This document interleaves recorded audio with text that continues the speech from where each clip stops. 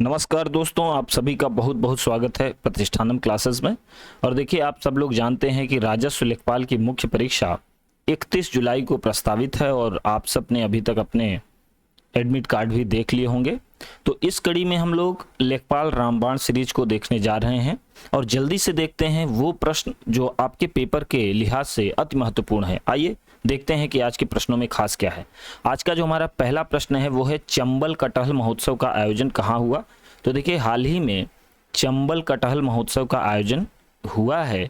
प्रश्न ये है कि कहाँ पर हुआ है, तो याद रखिए पंचनद में हुआ है। और ये कहाँ है भाई? इटावा में।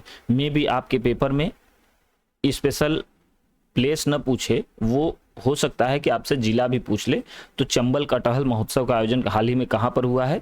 इटावा के पंचनद में हुआ है। जगह का नाम भी याद रखेंगे लेकिन जिला भूलना नहीं है। तो ऐसे देखिए, कटहल, इसमें भी ट है, इसमें भी ट है, इस तरह से देखिए। तो कटहल इटावा, इस तरह से ध्यान रखेंगे। देखते हैं अगले क्वेश्चन की ओर। महात्मा गांधी राष्ट्रीय ग्रामीण रोजगार गारंटी योजना के तहत हाल ही में लोकपाल के पद पर किसे नियुक्त किया गया है? तो याद रखेंगे NJ ओझा।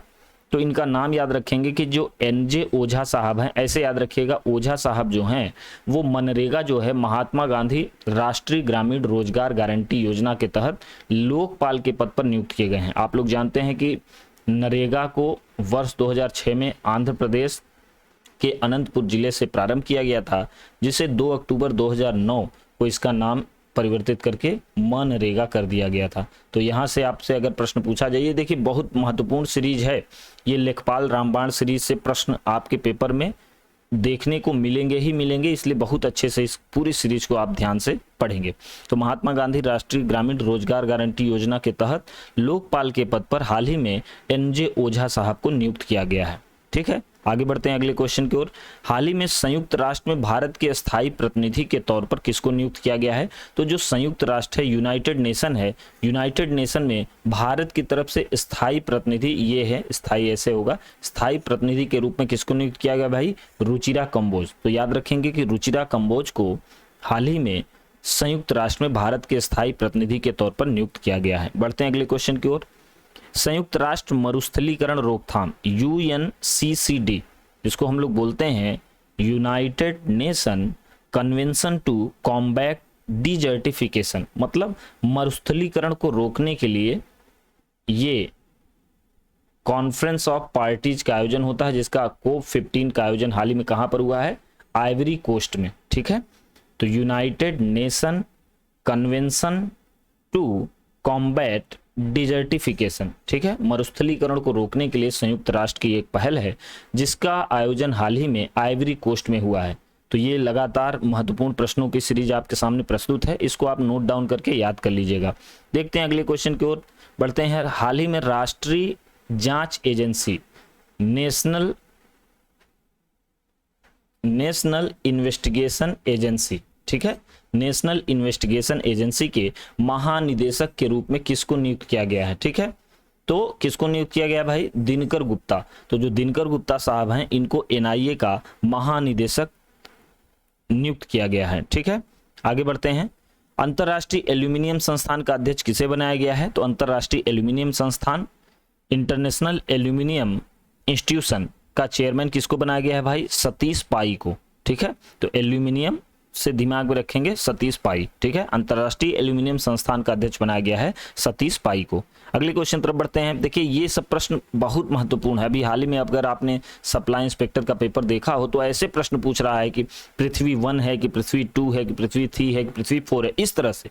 तो ऐसे प्रश्नों की आपको समझ होनी चाहिए। मे भी शायद यही प्रश्न आया था सप्लाई इंस्पेक्टर में, और नहीं भी आया होगा तो ऐसे प्रश्नों पे अच्छे से आप प्रैक्टिस करके जाएं।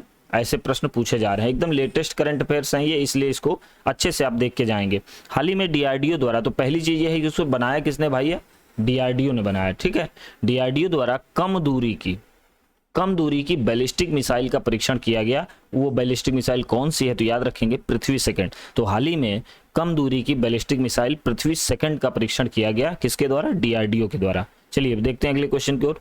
हाल ही में परमाणु आयुध ले जाने में सक्षम मध्यम रेंज की बैलिस्टिक मिसाइल, ये लेखपाल के लिए मुझे महत्वपूर्ण बहुत लग रहा है, इसलिए इसका ध्यान रख लीजिएगा। एज इट इज जैसे बता रहे हैं कि परमाणु आयुध ले जाने में सक्षम मध्यम रेंज की बैलिस्टिक मिसाइल का परीक्षण किया गया, उसका नाम है अग्नि-4। याद रखेंगे ये सतह से सतह तक मार करने वाली मिसाइल है जिसका नाम है अग्नि-4। हाल ही में इसका परीक्षण हुआ है। ठीक है, अगले क्वेश्चन तरफ बढ़ते हैं। अंकटाड द्वारा, ये अंकटाड, ये है अंकटाड, ठीक है, ये संयुक्त राष्ट्र की एक संस्था है जो कि निवेशों की गणना करती है कि कहां पर निवेश की मात्रा कितनी हुई है। तो अंकटाड द्वारा जारी विश्व निवेश रिपोर्ट, ये देखिए विश्व निवेश रिपोर्ट के प्रत्यक्ष विदेशी निवेश प्राप्त करने में भारत का कौन सा स्थान है, मतलब एफडीआई की बात हो रही है यहां पर, ध्यान दें, एफडीआई फॉरेन डायरेक्ट इन्वेस्टमेंट प्राप्त करने में भारत का कौन सा स्थान है, तो याद रखिए विश्व में 7वां स्थान है। तो एफडीआई प्राप्त करने में भारत का विश्व में 7वां स्थान है। अगले प्रश्न तरफ बढ़ते हैं। सतत विकास लक्ष्य सूचकांक में भारत का कौन सा स्थान है, बहुत महत्वपूर्ण है, याद रखेंगे। अभी तक आपको पता होगा कि इंडिया की रैंक है 120, लेकिन अगर लेटेस्ट प्रश्न आ गया तो याद रखेंगे 121वां स्थान है। संयुक्त राष्ट्र द्वारा जो एसडीजी इंडेक्स जारी किया जाता है, आप जानते हैं कि इसको यूएनएसडीएसएन द्वारा जारी किया जाता है, कई बार मैंने बताया भी है, United nation sustainable development solution network, इसके द्वारा जारी किया जाता है कि एसडीजी जो आप जानते हैं 17 एसडीजी, इसकी मैंने ट्रिक भी बनाई है, आपको याद होगा, इस पे एक वीडियो है, आप उसको देख सकते हैं, क्योंकि यहाँ से प्रश्न अक्सर आपके पेपर में पूछ लिए जाते हैं कि 17 एसडीजी में से कौन सा एसडीजी ये है, तो ऐसे प्रश्न आपसे बन जाते हैं। याद रखिए कि एसडीजी इंडेक्स में भारत का नवीनतम जो रैंक है वो कितनी है, वर्ष 2022 में याद रखेंगे भारत की रैंक है 121वीं। इसके पहले कितनी थी, 120वीं। उसके पहले कितनी थी, 117वीं। हालांकि ये सब आपको नहीं याद रखना है, केवल ये याद रखना है।